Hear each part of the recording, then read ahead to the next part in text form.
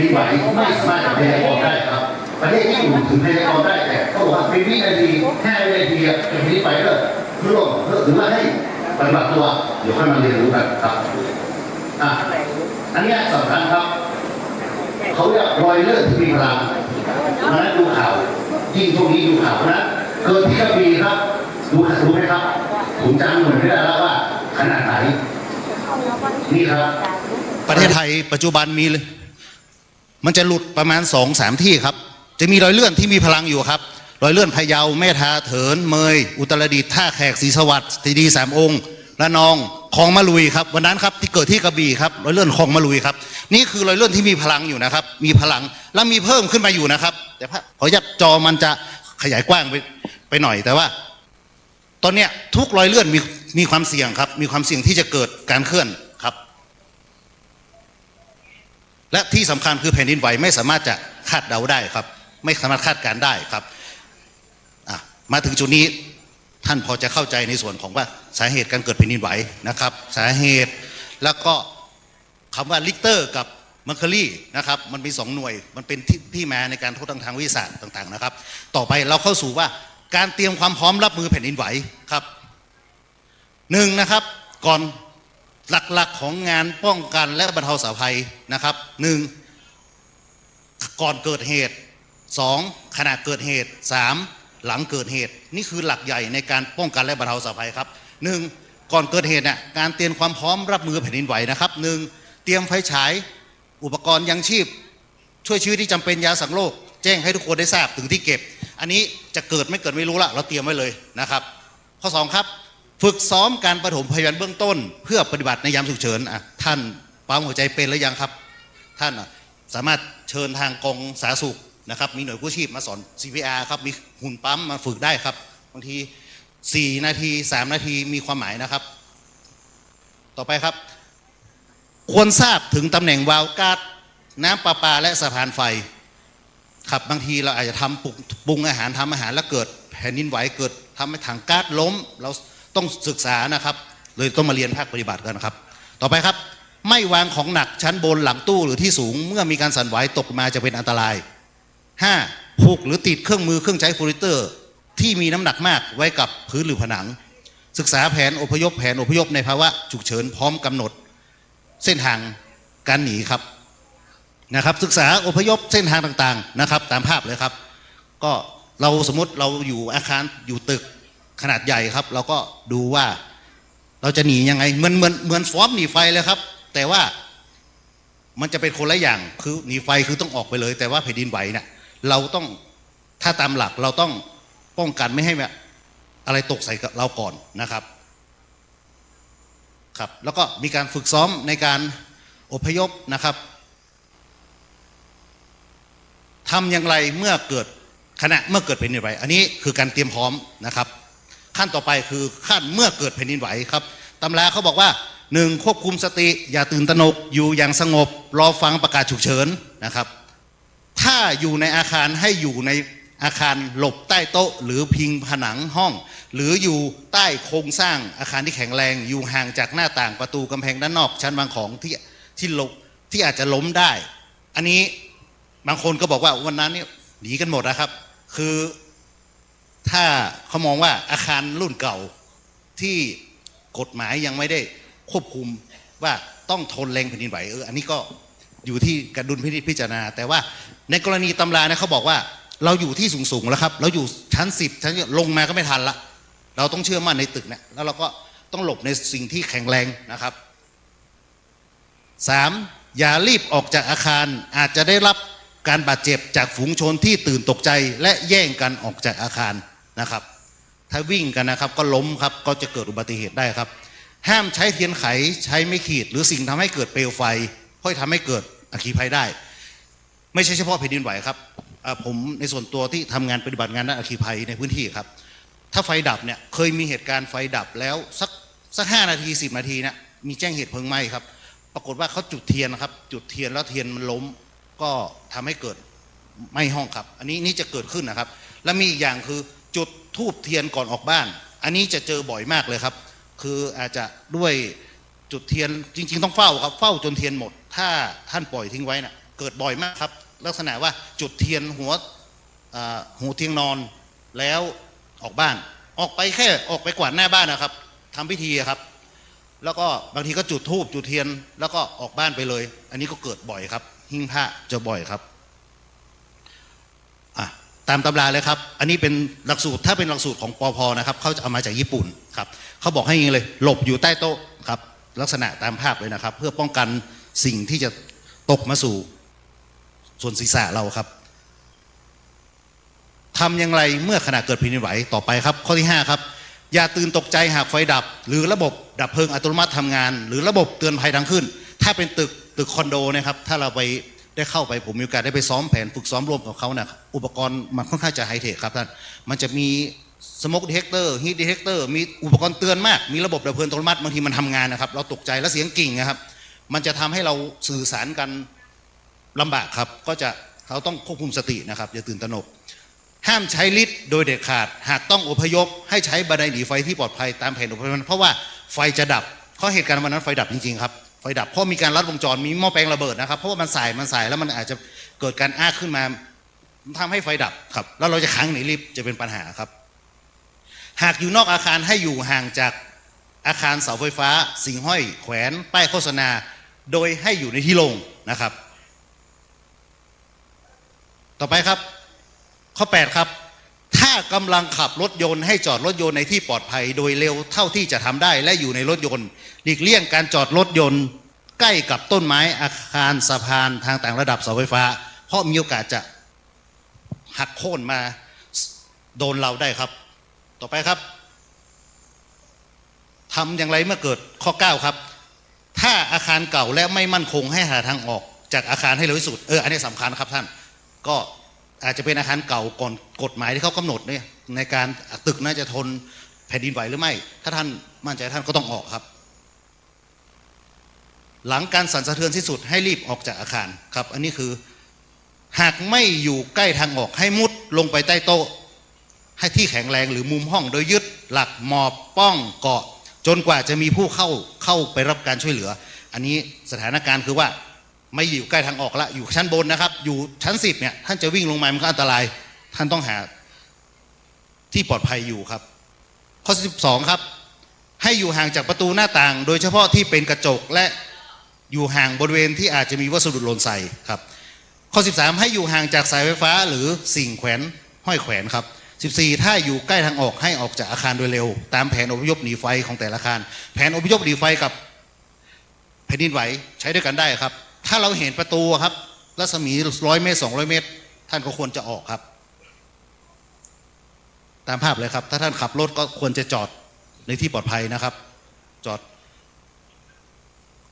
อันนี้เขาว่ากรณีอยู่ในอาคารอยู่นอกอาคารขอโทษหลีกเลี่ยงสิ่งที่อาจจะหักโค่นมาทำอันตรายเช่นตู้เสาไฟฟ้าป้ายโฆษณาต้นไม้ใหญ่2หลีกเลี่ยงจากอาคารสูงกำแพงระวังเศษอิฐกระจกชิ้นส่วนของอาคารอาจตกลงมาดังภาพเลยถ้าใครอยู่กับโซเชียลอยู่ข้างตึกสูงๆท่านเห็นไหมครับกระจกอะไรแตกขอให้อยู่หลีกเลี่ยงการอยู่ใกล้อาคาร3วิ่งไปสู่ที่โล่งครับถ้าเราอยู่ในอาคารให้ใช้เดินเร็วแต่ถ้าท่านออกข้างนอกอาคารแล้วท่านจะวิ่งไปเนี่ยก็แล้วแต่ครับเพื่อที่ปลอดภัยถ้าซ้อมแผนอัคคีภัยจะเป็นที่รวมพลครับท่านในทางวัดเรามีไหมครับที่รวมพลที่ว่าพระเนนต้องไปรวมควรจะมีนะครับเพราะว่าเราจะได้นับจำนวนไงครับว่าเนนหายไปกี่คนท่านอะไรอยู่ที่ไหนบ้างนะครับถ้าบางไม่ตกลงกันว่าเราอยู่ที่ปลอดภัยครับมันก็จะกระจายกันอยู่แล้วเราก็ตามหาหรือเจ้าที่มาปุ๊บท่านก็ต้องแจ้งเจ้าที่ว่าตอนนี้เนนหายไป3 องค์นะครับเราจะต้องตามหาเนนปรากฏว่าเจ้าที่ก็ไปหาค้นหาปรากฏว่าเนนผมไปหน้าวัดที่บันไดนาควะครับเพราะเราไม่ได้ตกลงกันว่าที่ปลอดภัยที่อพยพปลอดภัยรวมพลอยู่ที่ไหนนะครับต่อไปครับรีบออกห่างจากอาคารที่ชำรุดเสียหายเร็วๆอันนี้เป็นข้อเท็จจริงนะครับท่านต้องเข้าใจอันนี้คือทฤษฎีในการเรียนการสอนนะครับแต่ว่าในหลักปฏิบัติอย่างที่จะเห็นภาพครับคือบางทีอาคารที่ชำรุดเสียหายมันก็ไม่สามารถจะอยู่เราไม่สามารถจะอยู่ในนั้นละเราต้องตัดสินใจที่ว่าต้องออกมาเร็วที่สุดนะครับแต่ในกรณีที่ว่ามันออกไม่ได้จริงๆมันอยู่ข้างบนสูงๆท่านก็ต้องยึดที่ปลอดภัยที่แข็งแรงที่สุดครับนี่เขาบอกว่ากรณีอยู่ใกล้ชายฝั่ง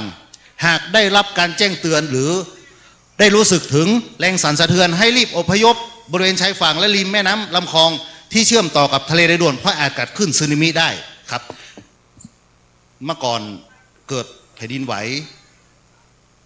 น้ำลดน้ำทะเลลดเด็กคนไทยวิ่งไปไม่ใช่คนไทยครับคนไม่รู้วิ่งไปเก็บปลาแต่เด็กฝรั่งบอกว่าสึนามิแล้ววิ่งหนีนะครับตัวนี้ทุกคนเข้าใจกันหมดละเพราะมันไม่เคยเกิดไงครับแต่ตัวนี้มันเกิดขึ้นแล้วครับ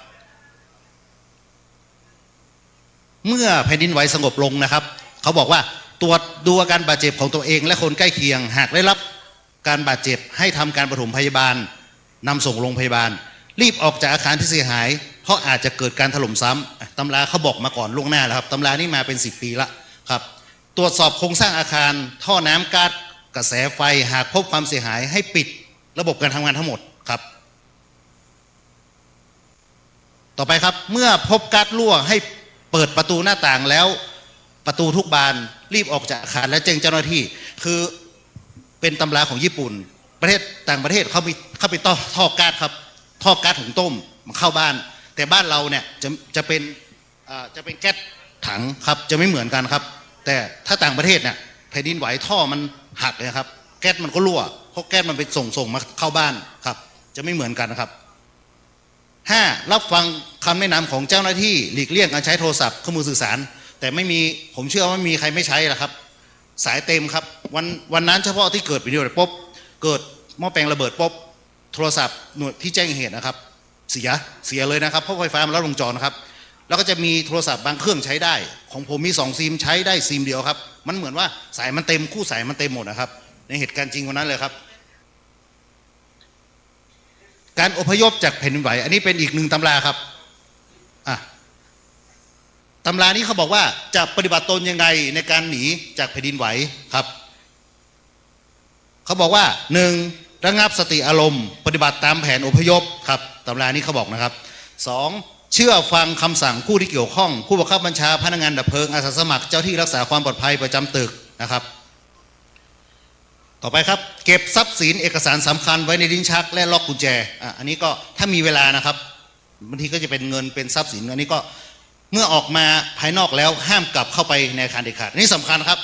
ไม่ว่าจะเหตุการณ์อัคคีภัยหรือว่าแผ่นดินไหวหรือว่าต่างๆถ้าท่านออกมาแล้วไม่ต้องเข้าไปครับเพราะส่วนมากเข้าไปแล้วไม่สามารถจะไม่ออกมาไม่ได้สักคนแล้วครับห้ามขนสัมภาระใดๆติดตัวขณะอพยพครับใช้วิธีเดินเร็วหรือวิ่งหรือเดินช้าครับ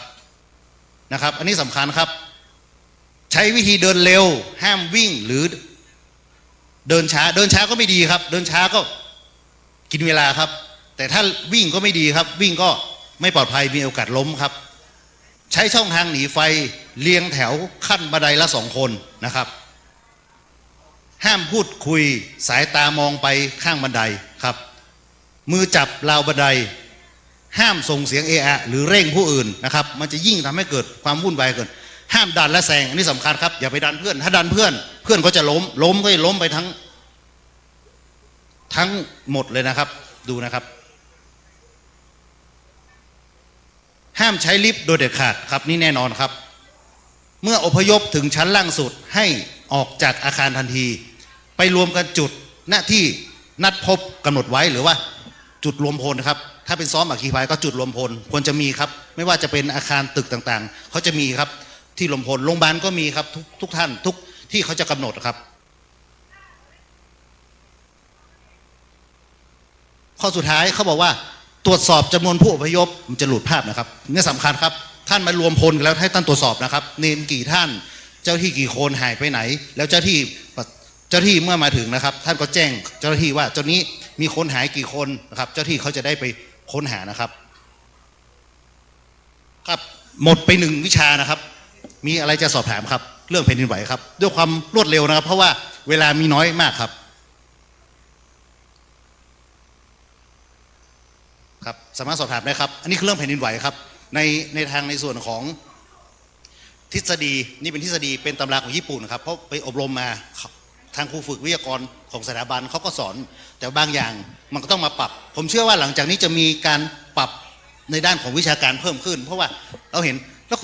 เราจะให้อยู่ในตึกที่ถล่มแต่ว่า ตึกนั้นถ้ากฎหมายรองรับว่ามีความปลอดภัยโครงสร้างสามารถต้านทานแผ่นดินไหวได้โอเคแต่ถ้าเป็นอาคารที่มีความเสื่อมสภาพครับท่านมันเก่าครับมันก็ไม่ปลอดภัยนะครับเนาะก็ต้องหาทางออกให้เร็วที่สุดนะครับครับเจ้าหน้าที่ครับขอทางดับเพลิงครับจะขออนุญาตจบในส่วนของ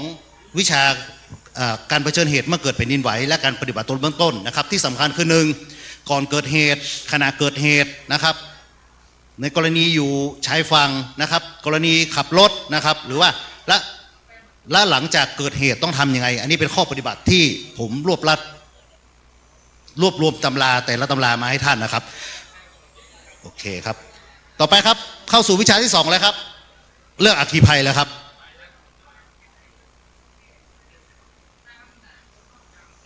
อัคคีภัยนะครับผมจะขออนุญาตอยู่ข้างบนนะครับอัคคีภัยความหมายนะครับคือพยันตรายที่เกิดจากไฟที่เกิดจากความควบคุมดูแลและขาดการลุกลามต่อเนื่องสร้างความเสียหายให้แก่ชีวิตทรัพย์สินและสภาพแวดล้อมอันนี้เป็นคำว่าอัคคีภัยนะครับขาดการควบคุมดูแลแต่ถ้าควบคุมดูแลคือท่านดังไฟอยู่ในเตาฮังโลอันนี้ไม่ใช่อัคคีภัยครับเป็นการ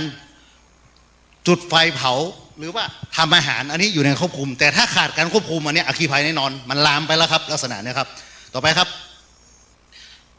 ไฟคืออะไรครับไฟคือปฏิกิริยาทางเคมีที่เรารู้กันดีในเรื่องของการสำดาดหรือการเผาไหม้หรือไฟคือผลที่เกิดจากปฏิกิริยาเคมีการรวมตัวของออกซิเจนกับเชื้อเพลิงอย่างรวดเร็วทำให้เกิดความร้อนและแสงสว่างขึ้นก่อนที่เราจะมาเรียนรู้การดับไฟเราต้องรู้เรื่องไฟก่อนเขาเรียกว่าข้างบนคือว่าสามเหลี่ยมไฟครับองค์ประกอบของไฟแบ่งเป็น3อย่างครับคือ1เชื้อเพลิงไม่ว่าจะเป็นของแข็งประกอบด้วยโต๊ะตู้กระดาษพลาสติกหญ้าฟางยางรถยนต์นี่คือของแข็งครับเชื้อเพลิงของแข็ง2ของเหลวคืออะไรครับน้ำมันดีเซลเบนซินแก๊สโซฮอล์น้ำมันทั้งหลายครับน้ำมันเครื่องคือของเหลวก๊าซครับก๊าซคือก๊าซ LPG NGV หรือก๊าซที่ลุกติดไฟได้นะครับ4คือสารเคมีหลายๆอย่างที่ลุกติดไฟได้นี่คือเชื้อเพลิงครับต่อไปครับองค์ประกอบของไฟอีกอย่างหนึ่งคือความร้อนครับความร้อนคืออุณหภูมิที่ทำให้เชื้อเพลิงคลายไอเชื้อเพลิงคลายไอคืออะไรครับเจ้าหน้าที่ครับขอไฟแช็กเลยครับเจ้าที่ด่วนเลยครับ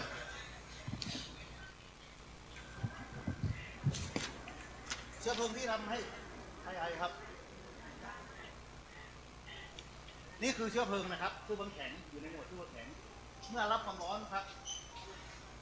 น่าจะเห็นนะครับมันจะเริ่มดำๆนะครับมันจะเริ่มแล้วใช่ไหมครับเริ่มละเขาเรียกว่าการคลายไอครับดังนั้นถ้าเชื้อเพลิงนะครับมีความชื้นเยอะมันเปียกมันก็คลายไอช้าแต่ถ้ามันแห้งแบบนี้ครับรับความร้อนไปครับมันจะเริ่มละคลายไอแล้วก็ลุกติดไฟครับดังนั้นช่วงหน้าฝนเนี่ยไฟก็ถ้าเป็นเสื้อผ้าเนี่ยมันก็จะไหม้ถ้าเสื้อผ้าที่เปียกก็ไหม้ช้าแต่ถ้าหน้าร้อนเนี่ยหน้าร้อนหน้าแล้งเนี่ยครับใบไม้อะไรนะครับมันความชื้นมีน้อยนะครับมันก็คลายไอเร็วมันก็ลุกติดไหม้เร็วครับต่อไปครับองค์ประกอบของไฟอีกอย่างหนึ่งคือออกซิเจนครับหรือว่าอากาศครับที่มีปริมาณออกซิเจน 16-21%ทุกวันนี้เราไม่ได้หายใจออกซิเจน 100% นะครับถ้าออกซิเจน 100% คือออกซิเจนถังเขียวๆใช่ไหมครับแล้วออกซิเจนถังเขียวมันก็มีตัวปรับเรกูเลเตอร์ปรับว่าเราจะให้คนไข้เท่าไหร่ที่เราหายใจทุกวันนี้อยู่ที่ประมาณ16แค่ไขครับ 21% ครับและส่วนประกอบอื่นๆคือก๊าซไนโตรเจน 79% และก๊าซอื่นครับรวมเป็น 100% นะครับถ้าออกซิเจนที่ต่ำกว่า 16%ไฟจะไม่ติดไฟจะไม่ลุกติดครับแต่ถ้าออกซิเจนที่เยอะเกิน 21% ไฟก็ติดยากมันเหมือนว่าลมมาเยอะครับลมมาเยอะเราก็ติดไฟยากแต่ถ้าออกซิเจนไม่มีเลยครับไฟก็จะดับเองครับนี่คือสามเหลี่ยมไฟดังนั้นเมื่อตัดองค์ประกอบอย่างใดอย่างหนึ่งออกไฟก็จะดับผมเห็นพี่ๆบางคนเนี่ยอยู่มชเนี่ยอบรมบ่อยละนะครับวันนั้นผมก็ไปสถาบันภาษานะครับถ้าผมเชื่อว่าตึกของมชนี่ทุกตึก ได้อบรมหมดไม่หน่วยผมก็หน่วยเทศบาลนครเชียงใหม่ครับก็ยังทฤษฎีแต่ว่าต้องเรียนครับพอดีผมเป็นวิทยากรของกรมสวัสดิการคุ้มครองแรงงานที่ว่าต้องไปสอนถึงกฎหมายเขาบังคับเขาบอกว่าเนี่ยเรียนตลอดต้องเรียนครับเพราะมันเป็นองค์ประกอบของไฟดังนั้นถ้ามันตัดอะไรอันหนึ่งออกได้ครับท่านมันไฟก็จะดับนะครับต่อไปครับระยะของเพลิงไหม้มี3ระยะครับ1เพลิงไหม้ขั้นต้นคือตั้งแต่วินาทีแรกที่เริ่มต้นการเผาไหม้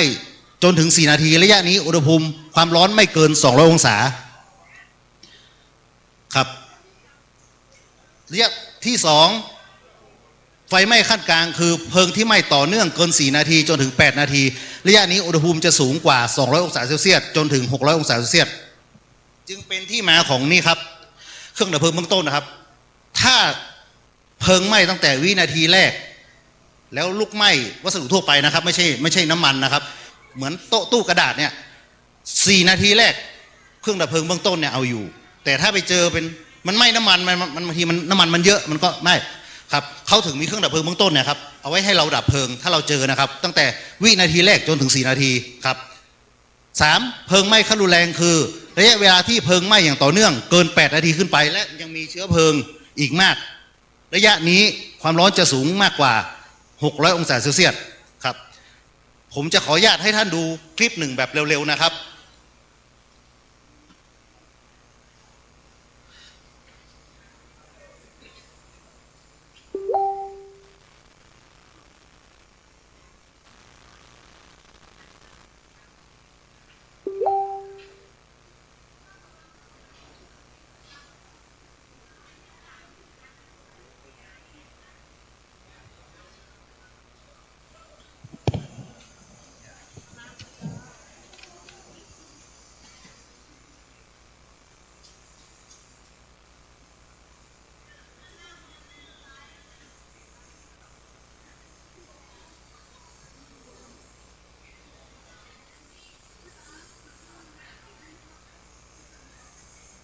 มันจะสะดุดผมว่ามันจะสะดุดครับมันเป็นคลิป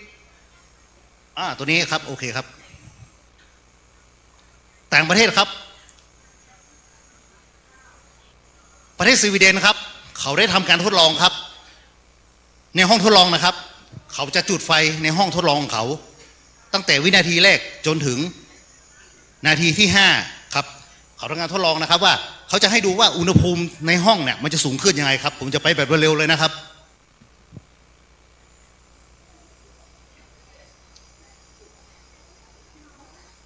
เริ่มแล้วนะครับ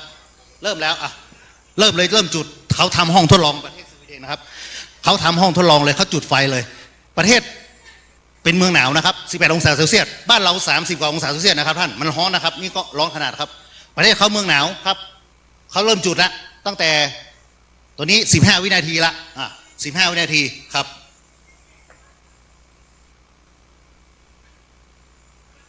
ผมจะขออนุญาตไปแบบเร็วๆเลยนะครับ26วินาทีคือตัวช่วงล่างนะครับ1นาทีผ่านไป1นาทีผ่านไปละท่านเห็นไหมครับ1นาที15อุณหภูมิขึ้นไปละ19องศาละเริ่มไหม้ละนะครับ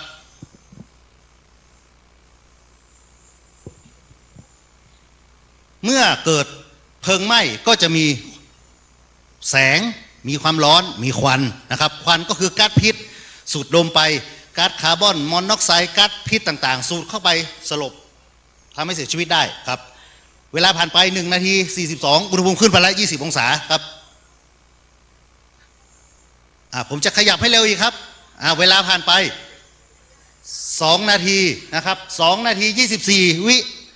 ตอนนี้ท่านเห็นไหมครับอุณหภูมิขึ้นไปแล้ว24ละจากตอนแรกนะครับ18องศานะครับตอนนี้ท่านเห็นไหมกลุ่มควันเริ่มหนาขึ้นละครับดังนั้นเขาเลยบอกว่าถ้าท่านจะหนีไฟให้ก้มหมอบต่ำนะครับท่านจะเดินลุยไหมก๊าซพิษนะครับลุยไปก็สูดเข้าไป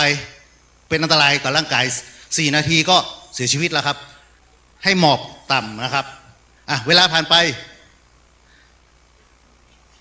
3นาทีเข้าสู่3นาทีครับ3นาทีอุณหภูมิอยู่ที่30อยู่ครับผมเร่งเวลาอีกผมเวลาให้อีกเป็นนี่ไปละ ตอนนี้4 นาทีครับท่าน4 นาทีเวลาอุณหภูมิขึ้นไป200 องศาละเห็นไหมครับ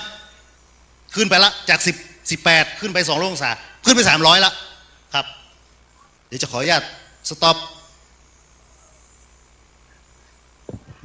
ถ้าเป็นเพลิงที่ลุกไหม้วัสดุทั่วไปปกติแบบห้องนะท่านก่อน4 นาทีเนี่ยถ้าท่านมีอุปกรณ์ดับเพลิงท่านรีบดับมันดับจบเลยแต่ถ้าท่านปล่อยให้มันทิ้งเนี่ยครับมันจะเข้าสู่นาทีที่5แล้วนะครับแล้วท่านก็จะบอกว่าจะมีปัญหาว่าทำไมรถดับเพลิงมาช้าถ้ารถดับเพลิงสามารถ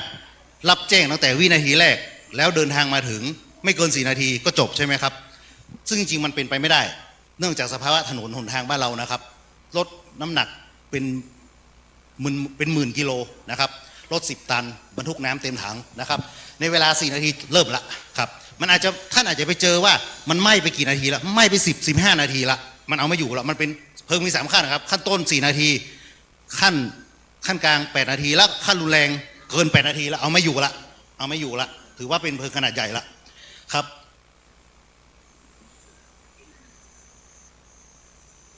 อันนี้ไปเกิน4 นาทีไปแล้วครับ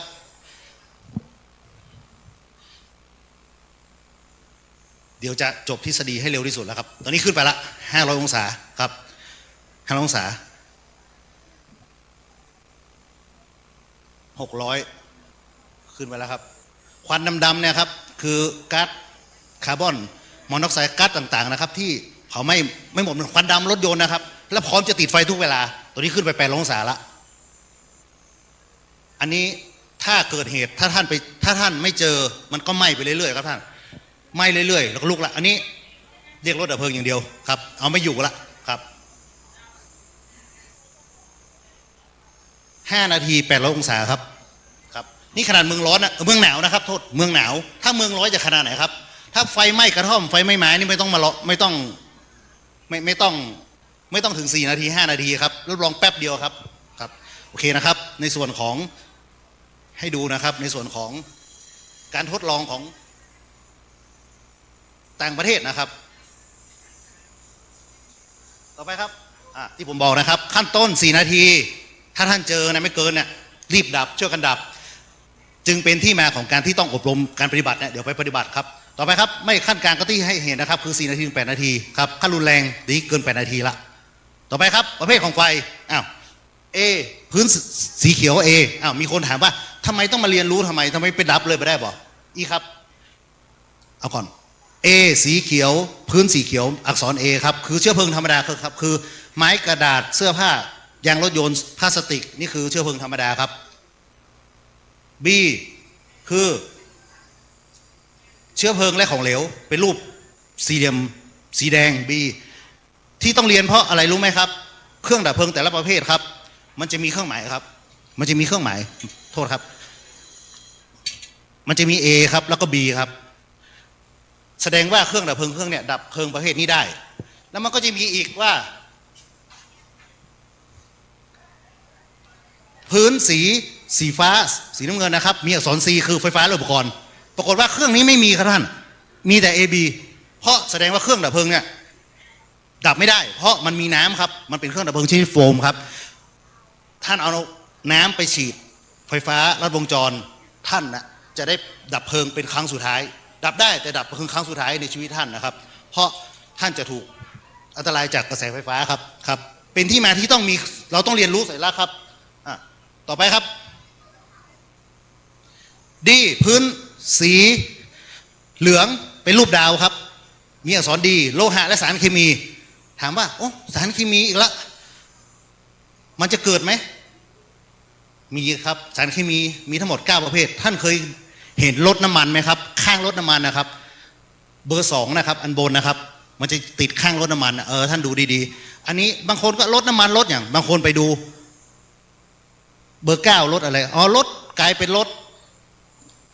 เตาครับยางมาตอยครับเราสังเกตนะครับรถแทงน้ำครับรถน้ำมันมันจะมีเครื่องหมายไม่เหมือนกันครับข้างบนเป็นวัตถุระเบิดน้ำมันก๊าซแรงดันไม่ติดไฟครับสารเคมีที่มีพิษกับมนุษย์แล้วก็น้ำมันต่างๆครับก็จะมีการแบ่งเป็น9 ประเภทถามว่ามันเคยเกิดไหมครับเกิดครับได้เกิดเหตุการณ์ โรงงานลำไยแห้งระเบิดที่อำเภอสันปะตอง มีผู้เสียชีวิต36คนบาดเจ็บ200คนบ้านเรือนเสียหาย517หลังคาเรือนครับเมื่อวันที่19กันยายน2542ครับเกิดขึ้นที่สันปะตองครับ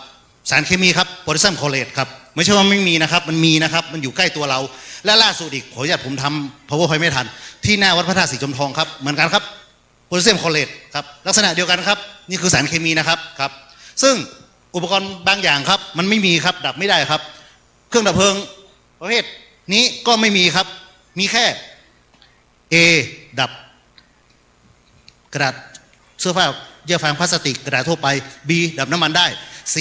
อุปกรณ์อิเล็กทรอนิกส์ได้แต่ดีไม่ได้ครับคือถึงฉีดก็ฉีดไปนะมันไม่ดับครับประมาณนะครับต่อไปครับ 5. พื้นสีดำมีอักษร K นะครับมีอักษร K มีลูกกระทะอันนี้เขาเรียกว่าคาร์ด K ครับคุกกี้มีเดียครับคือเชื้อเพลิงที่เกิดจากทำอาหารน้ำมันพืชสัตว์และไขมันครับอันนี้คือคาร์ด K ครับ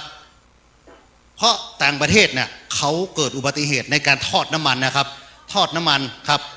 เช่นนี้นะครับสมมติน้ำมันพืชเนี่ยนะครับน้ำมันพืชเกิดการทอดแล้วอาจจะลืมครับไ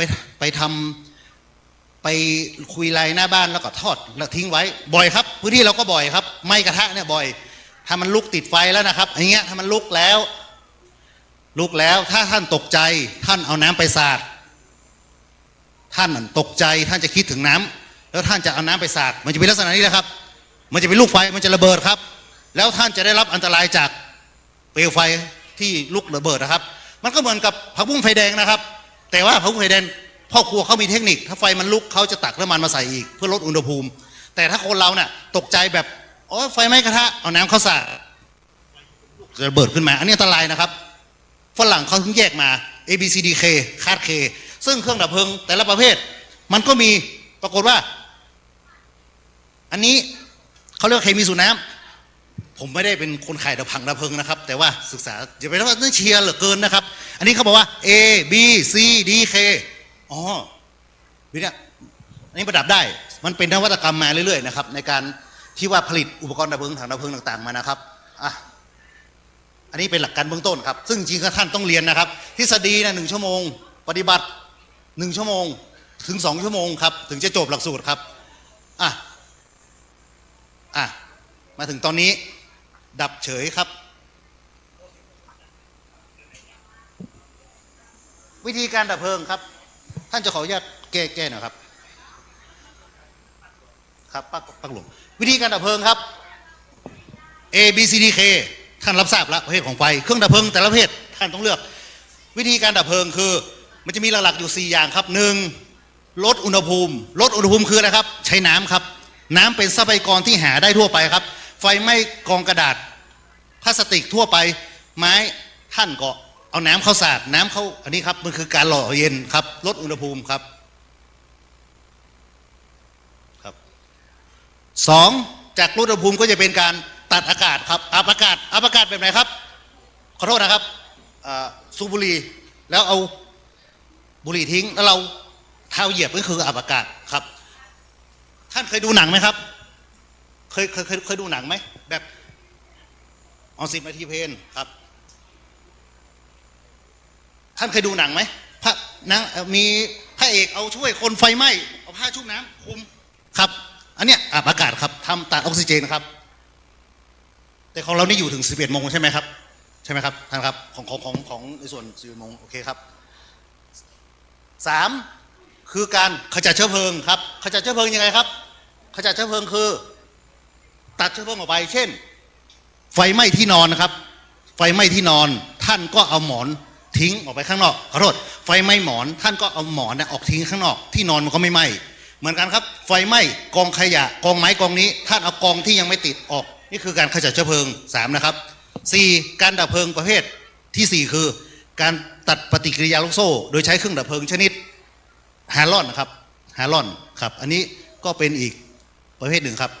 แต่หลักๆที่เราใช้กันอยู่ทุกวันเนี่ยคือ1ลดอุณหภูมิคือการใช้น้ำในการดับนั่นแหละแต่ท่านต้องดูครับว่าน้ำที่ทำการดับเนี่ยท่านไปดับอุปกรณ์อิเล็กทรอนิกส์อุปกรณ์ที่มีกระแสไฟฟ้าหรือไม่นะครับให้ท่านปลดเบรกเกอร์ก่อนแล้วท่านค่อยถ้าจะทำแต่ถ้า ท่านไม่มีอุปกรณ์ท่านไม่สามารถปลดเบรกเกอร์ท่านต้องเลือกเครื่องดับเพลิงละเครื่องดับเพลิงที่เขามีเครื่องหมายนะครับท่าน A B C แสดงว่าโต๊ะตู้กระดาษพลาสติกดับได้น้ำมันดับได้ดีเซลเบนซินดับได้ C คืออุปกรณ์ไฟฟ้าดับได้ฉีดได้เลยครับไม่อันตราย แต่ถ้าท่านมาเจอเครื่องนี้เขาบอกว่า A B กระดาษโต๊ะตู้ได้ B น้ำมันได้ C ไม่ได้ครับถ้าท่านฉีดไปจะอันตรายกับท่านมันถึงเป็นการเรียนรู้ที่ต้องมาเรียนการดับเพลิงด้วยเครื่องดับเพลิงเบื้องต้นครับ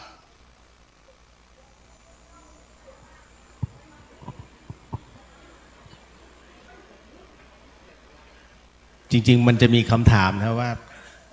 ถ้าในส่วนของอาคารหรือบ้านเรือนเนี่ยเราควรจะมีถังแบบไหนเก็บเอาไว้จะดีที่สุดฮะขออนุญาตนะครับกฎหมายไม่ได้กำหนดว่าเป็นประเภทไหนครับท่านปัญหาคือเขากำหนดแค่ความสูงครับความสูง100ไม่เกิน150ครับแล้วก็จะมีระยะประมาณ60เมตรครับมันจะเป็นกฎกระทรวงมาอีกทีนะครับแต่ว่าเขาไม่ได้กำหนดประเภทไหนครับซึ่งเครื่องดับเพลิงแต่ละประเภทผมจะเรียงให้เลยนะครับที่มีใช้อยู่ในประเทศไทยนะครับที่มีใช้อยู่บ้านเราเนี่ยมีประมาณเกือบ10ประเภทครับแล้วทางกฎหมายไม่ได้กำหนดแต่เขาจะบอกข้อดีข้อเสียนะครับประเภทแรกนะครับที่มีใช้งานอยู่ในประเทศไทยนะครับคือ1เครื่องดับเพลิงชนิดโฟมนะครับโฟมท่านเคยได้ยินไหมครับรถน้ำมันพลิกคว่ำเอาโฟมดับเพลิงอันนี้แหละครับมันจะเป็นฟองโฟมผสมกับน้ำอยู่ในมีน้ำ9 ลิตรผสมโฟมแล้วฉีดมันเป็นฟองเหมือนสไลด์ครับคุมเพื่ออับอากาศตัดออกซิเจนสามเหลี่ยมไฟครับหลักในการทำงานคือสามเหลี่ยมไฟครับตัดออกซิเจนออกไฟก็ดับครับเป็นโฟมใหญ่กว่านั้นเนี่ยโยมรถน้ำมันเป็นคัน10,000 ลิตรนะในรถดับเพลิงจะมีโฟมดับเพลิงอยู่ครับมีโฟมอย่างรถดับเพลิงเทศบาลเรามีโฟมดับเพลิง400 ลิตรมีน้ำ4,000 ลิตรครับจะผสมกันแล้วเป็นสไลด์ครับคุมครับเพื่อตัดออกซิเจนไม่ให้เพลิงลุกไหม้ครับอันนี้แต่มีข้อเสียคือว่าไปฉีดอุปกรณ์อิเล็กทรอนิกส์ที่มีกระแสไฟครับไม่ได้ครับต่อไปครับอย่างนั้นแสดงว่าตามรถต่างๆนะฮะมันไอที่เขามีที่ดับไฟอันขนาดเล็กเป็นโฟมอันนั้นก็ใช้ได้ใช่ไหมฮะรถยนต์ใช่ไหมครับตามรถยนต์มันขึ้นอยู่สารเคมีครับมันต้องดูขนาดของไฟด้วยครับท่านขนาดนี้ใช่ไหมอันนี้เขาเรียกว่าขนาด2 ปอนด์ฟูบเดียวครับท่านอันเนี้ยขนาด15 ปอนด์ครับฉีดค้างไว้ครับประมาณ10ไม่เกิน12 วินาทีก็หมดแล้วครับฉีดค้างไว้นะครับไม่ใช่ว่าฉีดได้เป็นวันนะครับฉีดแล้วต้องไปเติมไม่ใช่ว่าฉีดแล้วเอาไปฉีดแล้วเอาพวกนี้ใช้ใหม่ไม่ได้ครับต่อไปครับเครื่องดับเพลิงที่มีใช้งานอยู่ในบ้านเรานะครับเครื่องดับเพลิงชนิด CO2 ครับ CO2 ถ้าท่านไปศูนย์การค้าไปห้างนะครับท่านจะเห็นมันจะอยู่ในโลตัสบิ๊กซีครับมันอยู่ในตู้มันจะอยู่ที่มีสินค้าราคาที่มีราคาเพราะมีคุณสมบัติคือว่ามันจะเป็นไอนี่เป็นไอครับเป็นไอหมอกครับฉีดใส่อาหารรับประทานได้ครับดับเพลิงได้คือประเภทเขาบอกว่าดับ B ได้ดับ C ได้ดับน้ำมันได้ครับดับอุปกรณ์อิเล็กทรอนิกส์ได้ที่มีกระแสไฟได้แต่ไม่สามารถดับเองไม่ได้เขาบอกว่าเพราะว่าดับได้แค่เปลวแต่ว่าถ่านมันไม่ดับนะมันมีข้อเสียอยู่นะครับสู้ลมไม่ค่อยได้ครับฉีดใส่อาหารรับประทานได้มันจะเสียงดังหน่อยนะครับฉีดใส่เสื้อผ้ามันจะเป็นไอเย็นครับเขาเลยเลือกไปอยู่ในที่แบบวัสดุหรือว่าสินค้าราคาแพงครับมันจะเป็นไอเย็นนะครับแล้วจะมีกระบอกครับสังเกตครับจับที่กระบอกอะไรจับนี้นะครับจับนี้มันเย็นจัดแล้วมือถ้าจะติดนะครับครับอันนี้จะไม่มีปัญหาครับจะลดอุณหภูมิเป็นไอเย็นแต่มีข้อเสียคือไม่สู้ลมถ้าท่านไปฉีดอยู่ข้างนอกลมแรงๆครับเพราะระยะหวังผลมันประมาณ1 เมตร 2 เมตรครับท่านต้องเข้าใกล้ไฟครับแต่ไม่ไปทิ้งขาดครับจะเป็นไอเย็นครับต่อไปครับที่นิยมใช้งานอยู่นะครับคือเครื่องดับเพลิงชนิดผงเคมีแห้งครับอันเนี้ยที่มีใช้เยอะที่สุดครับข้างในจะเป็นสารเขาเรียกว่าโซเดียมไบคาร์บอเนตมันจะมี3 ตัวครับสีขาวสีเหลืองสีฟ้าสีขาวเกรดเขาจะว่าไงสีดีที่สุดคือสีฟ้าสีเหลืองสีขาวครับแล้วแต่คุณภาพราคาแต่ฉีดมาเป็นฝุ่นครับเอาฉีดแบบนี้ไม่ได้นะครับเป็นเรื่องนะครับฉีดเป็นแต่ราคาถูกที่สุดราคามันถูกที่สุดซื้อทั้งเครื่องทั้งเติมราคาจะถูกมากหลักร้อยครับฉีด ดับไฟได้ดีคือ A B C ดับได้เลยครับราคาถูกครับและตาม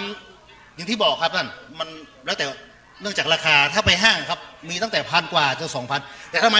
ทำไมซื้อร้านนี้ซื้อแพง2-3 พันคืออย่างนี้ครับเขาเรียกว่าไฟเรตติ้งครับเขาจะบอกว่า 6A คือดับไฟ A ได้ระดับ 6 แล้วก็ B คือน้ำมันนะครับดับไฟ B ได้คือระดับ 30มันจะมีพอดีขออนุญาตมันจะไม่มีโชว์ที่นี่เขาจะมีการทดลองในห้องทดลองครับว่า6A คือดับไม้กองไม้ได้ประมาณนี้ดับน้ำมันได้ประมาณนี้ครับและที่นิยมใช้ก็ประมาณนี้ครับต่อไปก็จะเป็นเขาเรียกเคมีสูตรน้ำอันนี้เป็นนวัตกรรมใหม่มาเรื่อยๆอันนี้เขาบอกว่าดับ A B C D ครับ K ดับได้หมดอันนี้เขาเรียกว่าฮารอนเมื่อก่อนเคยขึ้นชื่อว่าเป็นเครื่องดับเพลิงที่ดีที่สุดนะครับสิ่งเหลืองเนี้ยปรากฏว่าองค์การสหประชาชาติเขารณรงค์ว่าของงดใช้เพราะว่าเป็นมีสาร CFC ทำให้เกิดภาวะโลกร้อนครับเขาเลยรณรงค์เมื่อก่อนโรงพยาบาลเขาจะติดตั้งประมาณแต่ตอนนี้เขาเปลี่ยนมาแล้วครับโรงพยาบาลเขาเลยเปลี่ยนมาใช้เครื่องดับเพลิงชนิดอันนี้เขาเรียกว่าเหลวระเหยเอามาทดแทน CFC ครับคือสารถ้าเป็นสีเขียวๆเนี่ยมันจะเป็นมิตรสิ่งแวดล้อมครับเห็นไหมสิ่งแวดล้อมแต่ถ้าอันเนี้ยจะรณรงค์กันแล้วครับถ้าสังเกตนะครับท่านไปดูห้องผ่าตัดห้องเอ็กซเรย์ห้องผ่าตัดมันจะติดทางเขียวเนี่ยเหลวระเหยเพราะว่ามัน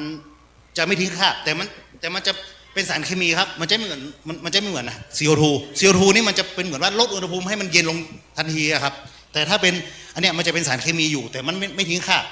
เมื่ออุปกรณ์เอาไปซ่อมมันจะซ่อมได้อยู่ครับซึ่งเครื่องดับเพลิงที่มีใช้อยู่นะครับผมต้องขออนุญาตยกเพราะว่ามันจะใกล้ตัวเราที่สุดครับมันจะใกล้ตัวเราที่สุดคือเครื่องดับเพลิงชนิดผงเคมีแห้งเพราะว่า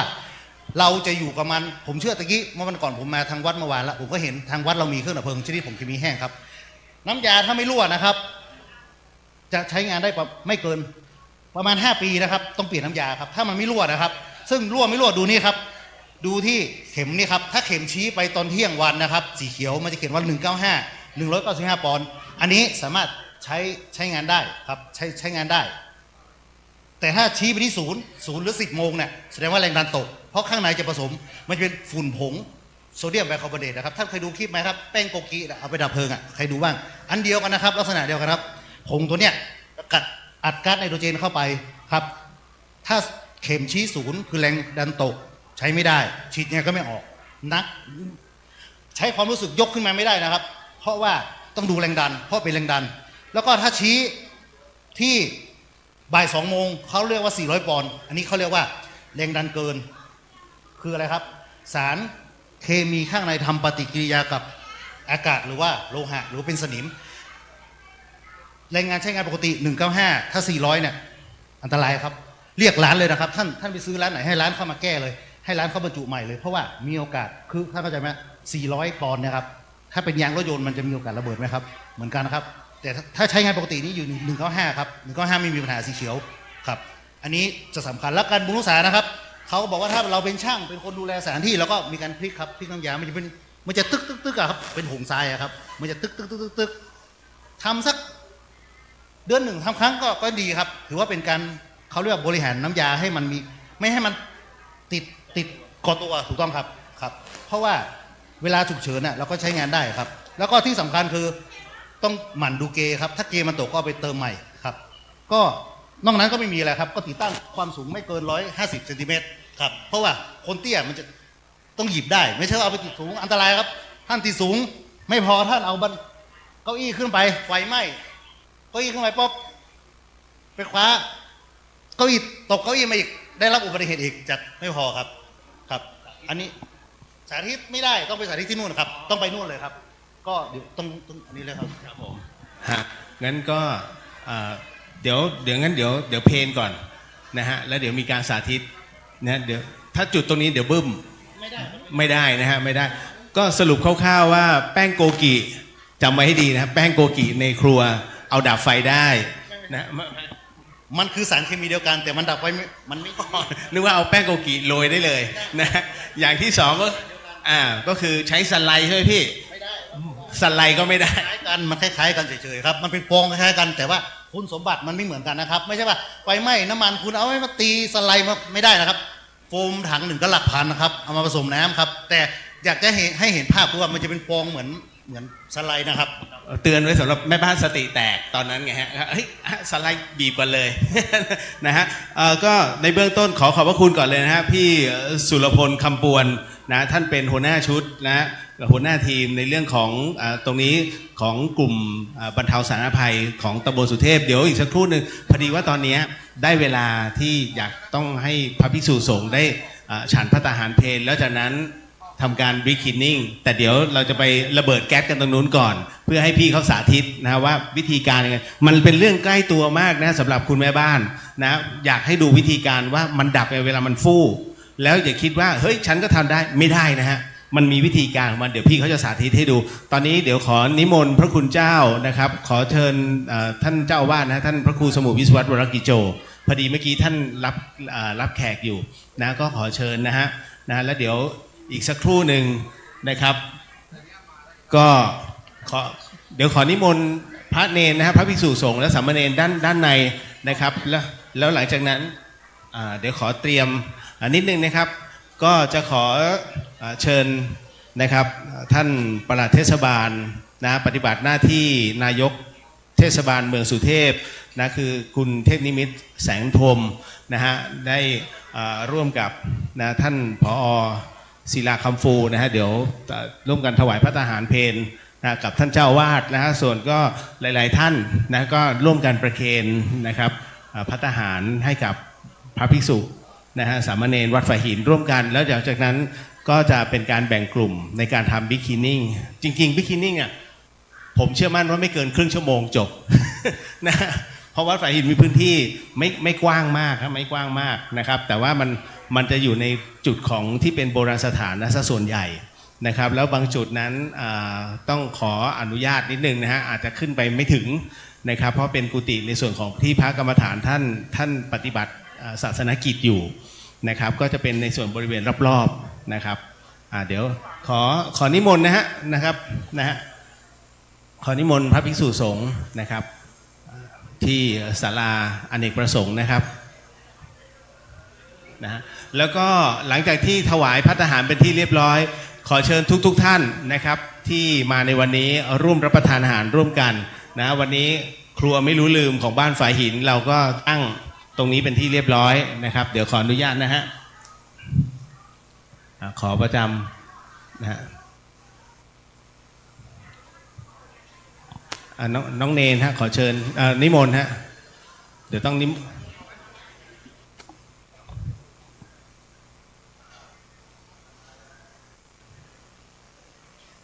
อันนี้บุฟเฟ่ใช่ไหมของพระ ด้านบนถวายที่เดียว เดี๋ยวสักครู่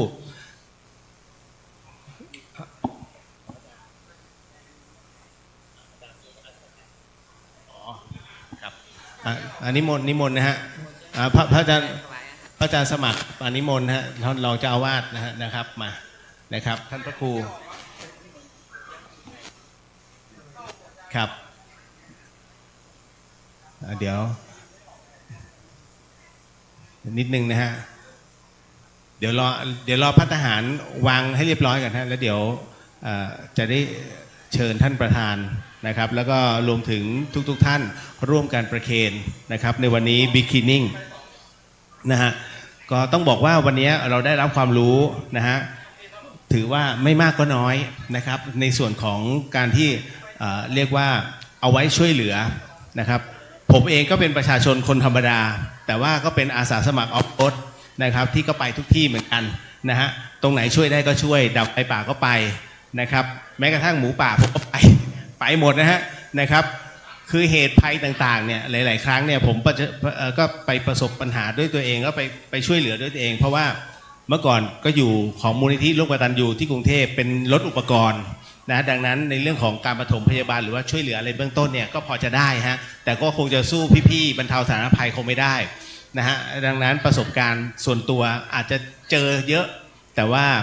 ถ้าเป็นการช่วยเหลือหรือว่าเครื่องมือต้องให้ผู้ชำนาญการไม่ใช่อยู่เราอยากจะทำเราก็ทำนะฮะมันพังกันได้นะครับแล้วของแต่ละอันไม่ว่าเป็นหมอนลมหรือก็ตามเนี่ยปั๊มผิดนะฮะระเบิดซวย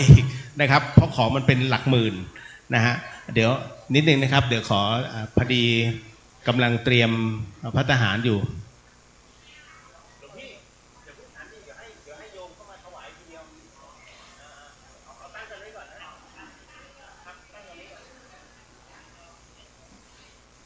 ครับด้วยวัดฝายหินนั้นเป็นวัดโบราณแล้วก็เป็นวัดที่มีสังฆราชาหรือว่าสังฆราชล้านนานะฮะรูปแรกอยู่ที่เนี่ยนะฮะแล้วท่านจะบำเพ็ญคือต้องบอกว่าหลวงปู่ครูบาโสภาเนี่ยท่านเป็นพระที่สมถะไม่ชอบผู้คนเวลาโยมที่ขึ้นมาบนนี้ฮะบนวัดฝายหินเนี่ยมาเยอะเกินไปท่านจะหนีไปเข้ากรรมฐานตอนนี้มันอยู่ในบริเวณสวนสัตว์มันจะมีถ้ำเล็กๆถ้ำหนึ่งหลวงปู่จะไปอยู่ตรงนั้นแล้วห้ามใครเข้าพบเลยนะครับมันจะมีขหบดีอยู่แค่หนึ่งครอบครัวมั้งที่หลวงปู่อนุญาตนะฮะว่าเวลาใครไปใครมาก็สามารถไปเจอตรงนั้นได้ก็คือแต่คนนี้ต้องนำไปนะฮะห่างจากตรงนี้ไป200 เมตรมันจะมีชะง่อนผามันจะเป็นถ้ำอยู่นะฮะซึ่งตรงนี้นะครับรูปถ้ำจะอยู่ด้านหลังนะฮะต้องไปถ่ายมาเพราะตอนนี้ประตูเขาปิดประตูสวนสัตว์เขาปิดก็เลยต้องถ่ายแล้วก็ทำเป็นบอร์ดเอาไว้ว่าเนี่ยถ้ำที่ครูบามักจะหนีผู้คนมาเข้ากรรมฐานเป็นถ้ำเล็กๆพอตัวฮะเข้าไปลึกประมาณ3 เมตรแค่นั้นเลยนะเพื่อแค่ตัวคนอยู่นะครับแล้วก็ท่านจะจุดกำยานเอาไว้สำหรับไม่ให้แมลงวันหรือว่าแมงทั้งหลายเข้ามาแล้วที่เหลือท่านก็เข้ากรรมฐานอยู่ตรงนั้นนะครับก็ท่านจะทำเนสัชชิกอยู่เรื่อยๆเนสัชชิกหมายถึงว่าไม่นอนนะฮะถ้าจะนอนหลังห้ามแตะพื้นนะฮะเราจะเรียกเนสัชชิกังนะครับก็ถือว่าเป็นข้อวัดปฏิบัติซึ่งพระภิกษุสงฆ์ต้องผ่านตรงนี้นะฮะอย่างน้อย1 ครั้งนะฮะหมายถึงว่าบำเพ็ญภาวนาเนี่ยทั้งวันทั้งคืนนะฮะท่านจะเห็นตามวัดป่านะฮะก็จะมี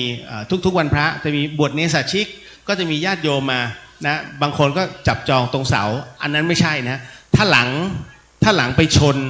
นะฮะไปชนฝาเมื่อไหร่หรือว่าชนผนังเมื่อไหร่ถือว่าตรงนั้นเป็นโมฆะทันทีนะครับต้องนั่งอยู่กับเบาะเลยนะครับดังนั้นจะเห็นได้ฮะรูปแบบของผู้ที่ปฏิบัติกิจในเรื่องของเนสัชชิกได้ดีที่สุดก็คือหลวงพ่อเกษมเขมโกนะฮะท่านปฏิบัติเรียกว่าอธิษฐานจิตนะครับคือหลังจะไม่ถึงฝาจวบจนกระทั่งในหลวงรัชกาลที่9ต้องขอเพราะว่าท่านปฏิบัติเนสัชชิกแบบนี้ทุกวันเป็นปีฮะ10 กว่าปีจนกระทั่งท่านเป็นเกี่ยวกับในเรื่องของโรคกระดูกนะครับแต่ขณะที่เป็นโรคกระดูกในส่วนของข้อต่อนะฮะก็ไม่เคยละเว้นตรงนี้จนกระทั่งในหลวงเนี่ยท่านมาขอนิมนต์นะว่าหลวงพ่อครับไปรักษาเถอะท่านจึงยอมไปแล้วก็ยอมนอนลงกับพื้นนั่นในหลวงรัชกาลที่9ต้องขอนะฮะถึงได้บอกว่าเนี่ยนี่คือการปฏิบัติอย่างเคร่งเดี๋ยวรอสามเณรนิดนึงนะฮะตอนนี้นะแล้วเดี๋ยวจะขอเชิญทุกท่านร่วมประเคนภัตตาหารร่วมกันไหนๆมาแล้วนะครับด้วยอานิสงส์นะตรงนี้ท่านผมต้องบอกว่าตัวผมเองเนี่ยประสบการณ์ตรงคือผมเคยตายไปแล้ว1 รอบตายแล้วฟื้นขึ้นมาเพราะว่ากล้ามเนื้อหัวใจตายฉับพลันตอนนี้หัวใจใช้ได้3 ห้องเรื่องราวตรงนี้ในเรื่องของบุญกุศลในเรื่องของการถวายภัตตาหารเนี่ยมันเกิดขึ้นเพราะว่าพันเอกสนอจินตรัตน์นะฮะซึ่งเมื่อปี 2525 ท่านเป็นวิทยากรบรรยายเรื่องของการความตายแล้วฟื้นแล้วท่านตายไปท่านบอกว่าเนี่ยอาหารเนี่ยเคยหลุดออกไปแล้วไปกินของชาวบ้านเขาแล้วมันร้อนกินไม่ได้แล้วมีเสียงหนึ่งบอกว่าไม่ใช่อาหารเจ้าอยู่ค่ะพันเอกสนอจะไปกินปรากฏว่าเป็นน้ำพริกปลาทูที่แม่ของท่านน่ะบังคับให้ใส่บาตรแค่นั้นเลยแล้วหลังจากนั้นเป็นต้นมาท่านบอกว่าพอหิวน้ำก็ไปดื่มของเขามันร้อนแล้วก็มีเสียงหนึ่งบอกว่าน้ำนี่ไม่ใช่ของท่านตอนที่มีชีวิตอยู่เจ้าไม่เคยทำบุญด้วยน้ำหลังจากนั้นเป็นต้นมาที่พันเอกสนอจินตรัตน์นั้นนะฮะฟื้นขึ้นมานะฮะตอนนี้น้ำขุ่นถวายพระตลอดเลยนะฮะเดี๋ยวตอนนี้พร้อมเลยฮะขอเชิญท่านประธานนะครับนะฮะท่านเทพนิมิตรแสนพรหมนะฮะท่านปลัดเทศบาลปฏิบัติหน้าที่นายกเทศบาลเมืองสุเทพนะขอเชิญประเคนภัตตาหารนะครับแล้วก็ที่เหลือขอเชิญทุกท่านนะฮะท่านเจ้าหน้าที่ทุกภาคส่วนที่อยู่ตรงนี้ร่วมกันนะฮะจับกันมาเลยครับนะมีด้วยกัน4 โต๊ะนะฮะช่วยกันนะฮะมานะขอเชิญนะครับนะฮะทั้งเจ้าหน้าที่เทศบาลนะฮะตัวแทนมช.นะครับตัวแทนแม่บ้านนะครับมาฮะนะครับขอเชิญนะครับขอเชิญทั้งหมดเลยฮะมาพระสงฆ์เรียกครับพระสงฆ์เรียกมาน้องๆมาหนูๆมาลูกมาโรงเรียนเชิงดอยมาลูกมาขอเชิญนะครับขึ้นไปเลยฮะเข้าไปเลยเข้าไปเลยครับมาเชิญครับตรงนี้เลยครับมานะครับ ถวายร่วมกันนะครับทุกภาคส่วนนะได้หมดเลยฮะร่วมกันถวายพร้อมกันมาครับร่วมกันประเคนนะแล้วเดี๋ยวจะได้รับพรทีเดียวนะฮะมาเลยลูกมาเอาละได้อานิสงส์พร้อมๆกันเด้อตรงนู้นนี่ลูกโน่นตัวนี้มาลูกมาประเคน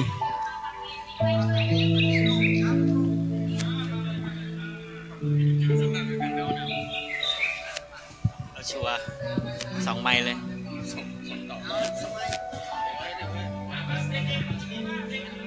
เอามาทางนี้เอาไว้เลยด้วย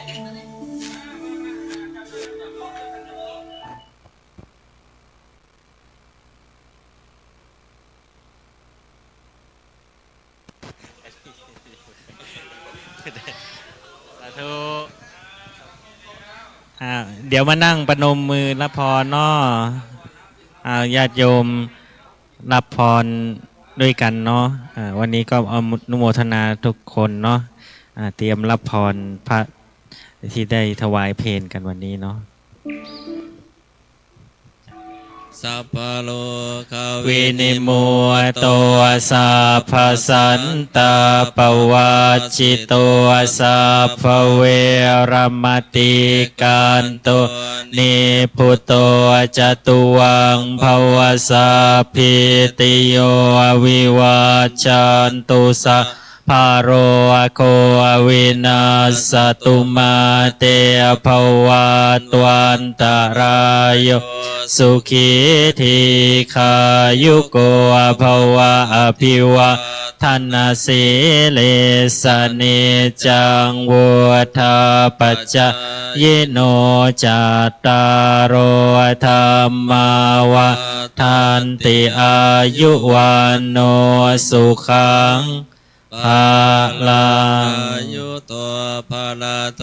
ทิโรวานนาโทปฏิภาณโทสุขาสัทธาตะเมธาวิสุขังโสอธิคาจติอายุ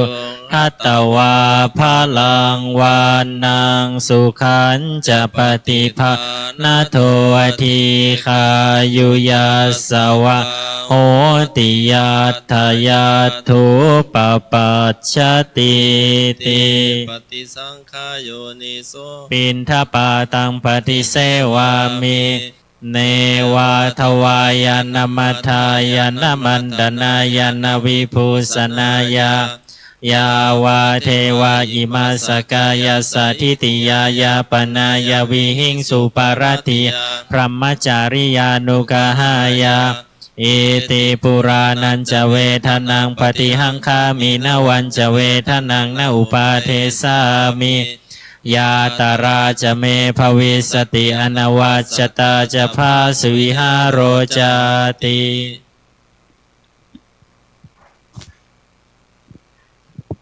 ครับก็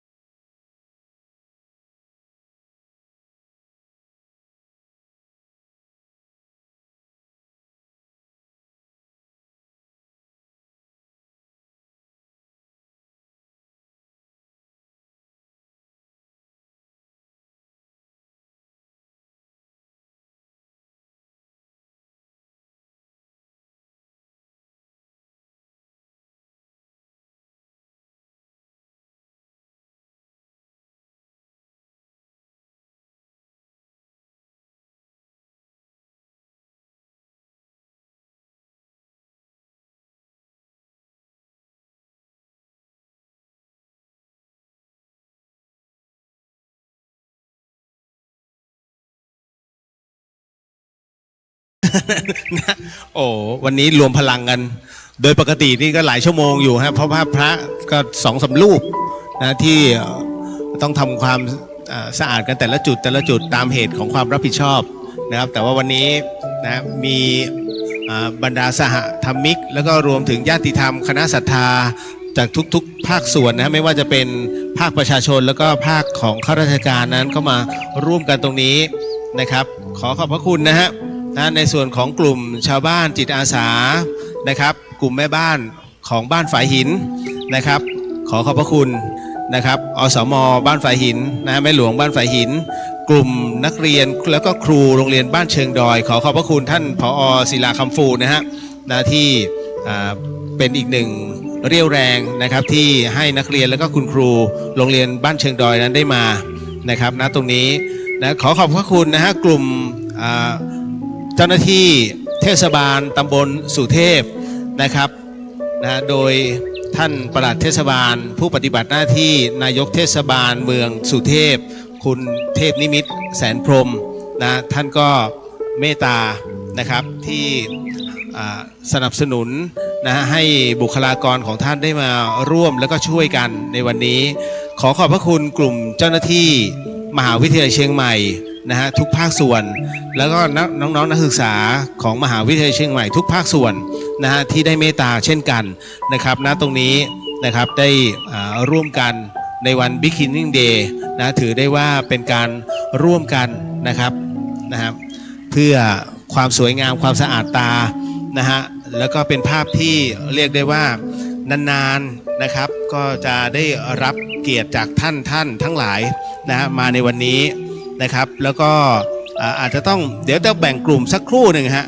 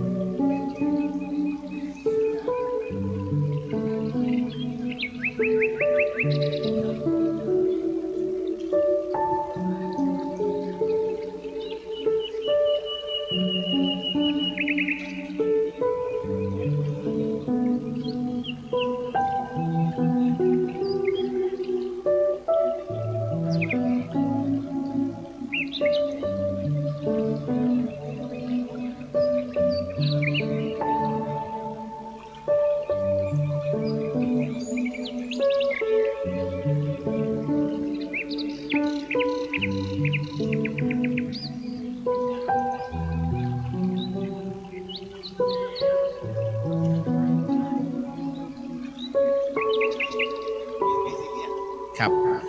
รับประทานอาหารกันเต็มที่นะฮะอร่อยนะฮะนะครับต้องบอกเลยอร่อยก็ต้องให้อร่อยไม่อร่อยก็ต้องให้อร่อยฮะครับ ครับจริงๆแล้ววัดฝายหินของเราก็จะมีแบบนี้ตลอดแล้วกลุ่มแม่บ้านนะครับก็จะร่วมไม้ร่วมมือกันอย่างนี้นะทุกที่นะครับท่านใดที่มาจากส่วนกลางเนี่ยไม่เคยรับประทานอาหารเมืองเหนือโดยเฉพาะยิ่งก็ขนมจีนน้ำเงี้ยวนี่แหละฮะเหนือแท้ๆเลยนะครับ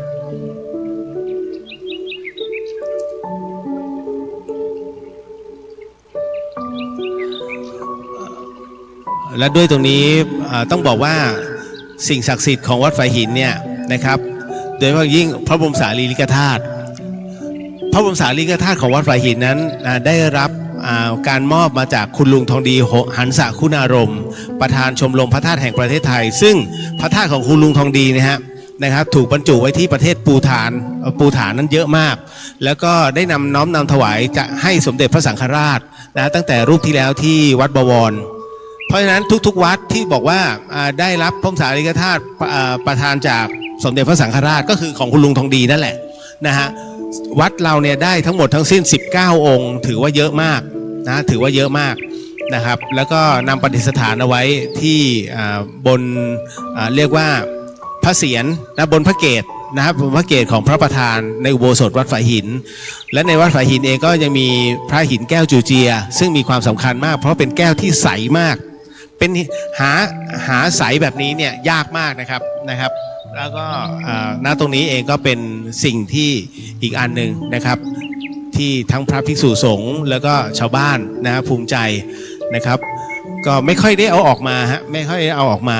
นะครับแต่ว่าวันที่21นี้นะครับก็จะนำออกมานะส่งน้ำพร้อมกันนะครับก็พร้อมกับเจดีย์ธาตุนะครับแล้วก็รูปเหมือนของครูบาโสภาพระอภัยสารทาสังฆปาโมกข์นะครับหลวงปู่ครูบาฝายหินนะที่ต้องบอกว่าเป็นสังฆราชารูปแรกของเชียงใหม่นะฮะก็ในวันนั้นเองเริ่มตั้งแต่8 นาฬิกาเนี่ยฮะเราก็จะแห่มาจากวัดสวนดอกมาเรื่อยๆนะครับจากวัดสวนดอกก็เคลื่อนมานะครับจนกระทั่งมาถึงบนวัดฝายหินแล้วก็นำไปประดิษฐานไว้ที่หน้าองค์เจดีย์นะองค์เจดีย์ทองนี่แหละฮะนะครับก็จะตั้งไว้3วันแต่ในช่วงภาคเย็นนั้นนะครับก็จะมีการสวดเจริญพุทธมนต์แล้วก็เป็นการสวดนะฮะมาติกานะครับทั้งหมดทั้งมวลนั้นส่งอานิสงส์ให้กับทุกท่านรวมไปถึงให้กับสัพพวิญญาณทั้งหลายแล้วก็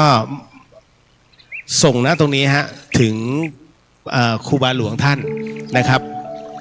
โดยพระภิกษุสงฆ์พระแม่ครูบาอาจารย์ทั้งสิ้นเนี่ยนะฮะด้วยกัน35รูปนะครับเป็นพระภิกษุสงฆ์ที่ทั้งเชียงใหม่ลำพูนนะครับก็จะมาที่ตรงนี้แล้วก็ขอเชิญแล้วกันนะครับจะเริ่มประมาณน่าจะประมาณบ่าย2นะครับบ่าย2นะครับถ้าจำไม่ผิดนะฮะแต่ถ้าจำผิดต้องขออภัยด้วยนะครับพิธีจะเสร็จประมาณ4 โมงเย็นของวันจันทร์นี้ก็ขอเชิญนะครับทุกท่านพ่อแม่ครูบาอาจารย์ที่เข้าพบยากนะฮะวันนั้นท่านก็จะมาเจอที่นี่แหละ นะครับขอเชิญตามสบายนะเดี๋ยวยังไงก็คร่าวๆแล้วกันนะครับแบ่งกลุ่มกันไปเลยเนาะจะได้ง่ายๆต่อการทำความสะอาดนะครับกลุ่มแรกนะครับนะกลุ่มที่1ก็จะเป็นกลุ่มที่เก็บทำความสะอาดทั่วไปนะครับเก็บขยะบริเวณโดยรอบนะทั้งวิหารนะวิหารก็คือด้านหลังนี่ตรงด้านหลังของท่านที่นั่งอยู่นี่นะฮะแล้วก็เจดีย์นะครับก็คือเจดีย์สีทองนี่แหละฮะแล้วก็อุโบสถทั้งด้านในด้านนอกกวาดได้หมดนะครับแล้วก็บริเวณรอบๆวัดนะห้องน้ำโรงครัวกลุ่มชุมชนนี้โดยกลุ่มชุมชนอาสาสมัครนะฮะหมู่บ้านวัดฝายหินนะครับกลุ่มที่2ฮะกลุ่มที่2นะฮะท่านใดมาจากตรงไหนเนี่ยท่านน่าจะทราบเนาะนะทำความสะอาดบริเวณภายนอกอาคารนะฮะตรงนี้แหละฮะก็คืออาคารอเนกประสงค์ก็คือน้องๆนะฮะนักเรียนโรงเรียนบ้านเชิงดอยนะกลุ่มที่3วิหารจตุรมุขก็คือถ้าท่านเข้ามาวัดฝายหินเนี่ยฮะว่าทางซ้ายมือจะเห็นนะครับมันมีวิหารที่ต้องขึ้นไปบนเนินนะครับนะจตุรมุขจตุระแปลว่า4นะก็คือทั้ง4มุมนะของจตุรมุขตรงนั้นก็จะเป็นในส่วนของเจ้าหน้าที่ของเทศบาลสุเทพก็จะมีการฉีดน้ำเพราะว่าตรงนั้นอย่างที่บอกฮะว่ามูลของนกพิราบเยอะเหลือเกินนะฮะแล้วก็บริเวณรอบๆนะส่วนกลุ่มที่4นะฮะค่อนข้างหนักหน่อยนะก็ขอพี่ๆช่วยนิดนึงนะเจ้าหน้าที่นะครับของมหาวิทยาลัยเชียงใหม่เป็นบริเวณบันไดนาคนะฮะแล้วหน้าวิหารถนนด้านล่างแล้วก็บริเวณลานจอดรถหน้าธรรมสถานด้านล่างเลยนะครับนะตรงนั้นค่อนข้างหนักนะโอ้พี่ๆครับก็ต้องขอบพระคุณนะล่วงหน้าเลยนะตรงนี้นะครับก็เป็นส่วนของการทำ Beginning Day นะตัวนี้ต้องขออนุญาตในการถ่ายภาพนะไม่ว่าจะเป็นด้วยโดรนหรือว่าด้วยภาพนิ่งภาพเคลื่อนไหวนะครับเพื่อที่จะให้เห็นนะการ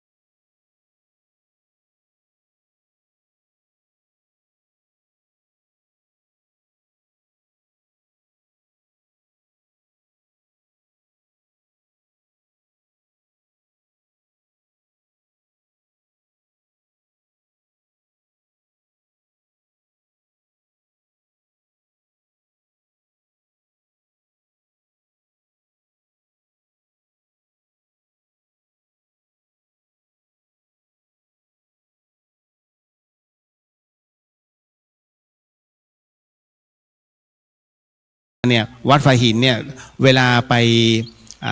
เหมือนกับว่าใส่บาตรนะครับแล้วบางส่วนเนี่ยเราจะจัดนะให้กับนักเรียนโรงเรียนที่บ้านเชิงดอยนะครับก็เป็นประจำอยู่เรื่อยๆนะฮะในกลุ่มของชาวบ้านฝ่ายหินอันนี้ไม่ต้องบอกเลยนะฮะทั้งพระแล้วก็ชาวบ้านนะครับร่วมไม้ร่วมมือกันเป็นน้ำหนึ่งใจเดียวกันนะครับก็มีแม่หลวงจันตานะครับซึ่งเป็นกระบอกเสียงนะครับหลายๆเรื่องนะครับณตรงนี้ให้กับบ้านฝ่ายหินของเราขอขอบคุณเหล่าพี่ๆอสม.นะครับบ้านฝ่ายหินด้วยนะครับแม้กระทั่งคณะแม่บ้านฝ่ายหินนะครับทุกท่านเลยฮะที่สละเวลาอันมีค่าของท่านเนี่ยได้มาร่วมตรงนี้นะฮะขอขอบพระคุณนะฮะแล้วก็ต้องขอขอบพระคุณแล้วต้องขออภัยสำหรับหน่วยงานอื่นๆที่ผมไม่ได้กล่าวถึงนะครับแต่ก็ต้องขอขอบพระคุณจากใจจริงๆที่ท่านมาช่วยกันนะตรงนี้ไม่ว่าจะเรื่องอะไรก็แล้วแต่นะฮะถือว่าท่านมาด้วยใจอันเป็นกุศลนะฮะก็ต้องขอขอบพระคุณนะตรงนี้นะครับเดี๋ยวขอให้เป็นบรรยากาศเสียงเพลงคลอๆไปนะฮะแล้วก็ปล่อยให้ภาพได้ฟ้องไปว่านี่คือช่วงเวลาพักแล้วเดี๋ยวเราจะไปทำงานกันตามจุดนะฮะก็เราปล่อยให้ไปตามจุดเลยแล้วกันเนาะถ้าอิ่มแล้วก็นะฮะกระจายได้เลยนะครับเพราะฉะนั้นเดี๋ยวเราพระภิกษุสงฆ์ท่านก็จะไปร่วมด้วยนะตรงนี้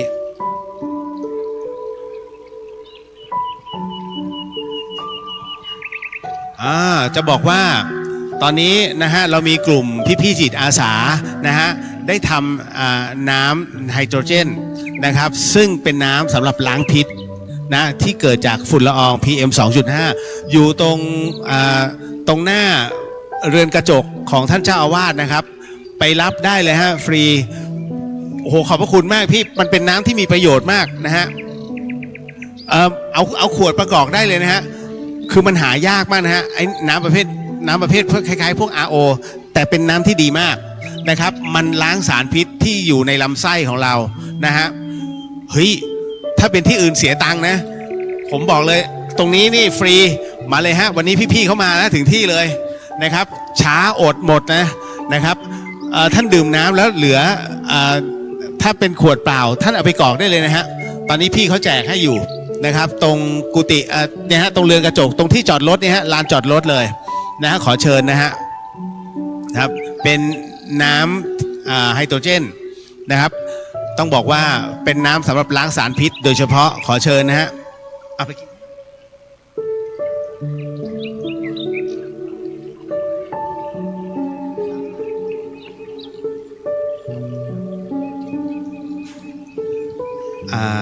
เดี๋ยวขอพี่เจ้าหน้าที่มช.นิดหนึ่งนะฮะ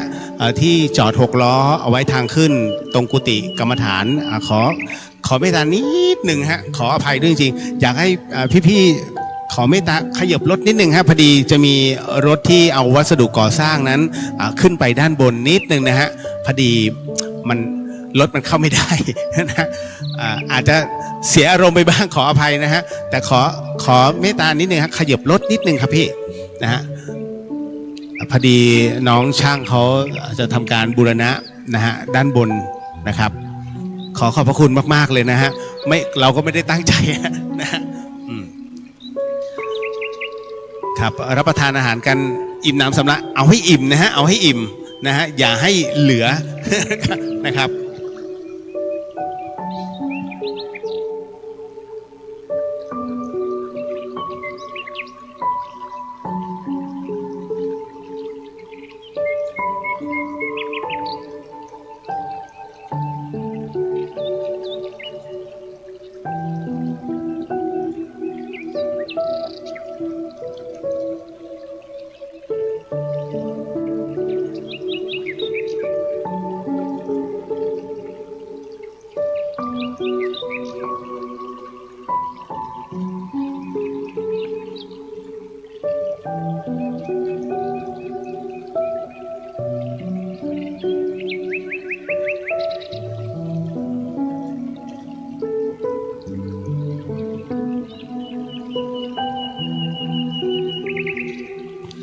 เดี๋ยวพอรับประทานอาหารเสร็จแล้วเนี่ยนะฮะถ้าอุปกรณ์ไม่มี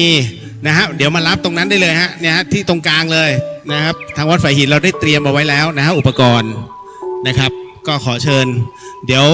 เราจะมีการแอบถ่ายเป็นภาพแคนดิดนะครับอันนี้เพื่อนำออกสื่อ สวยๆเข้าไว้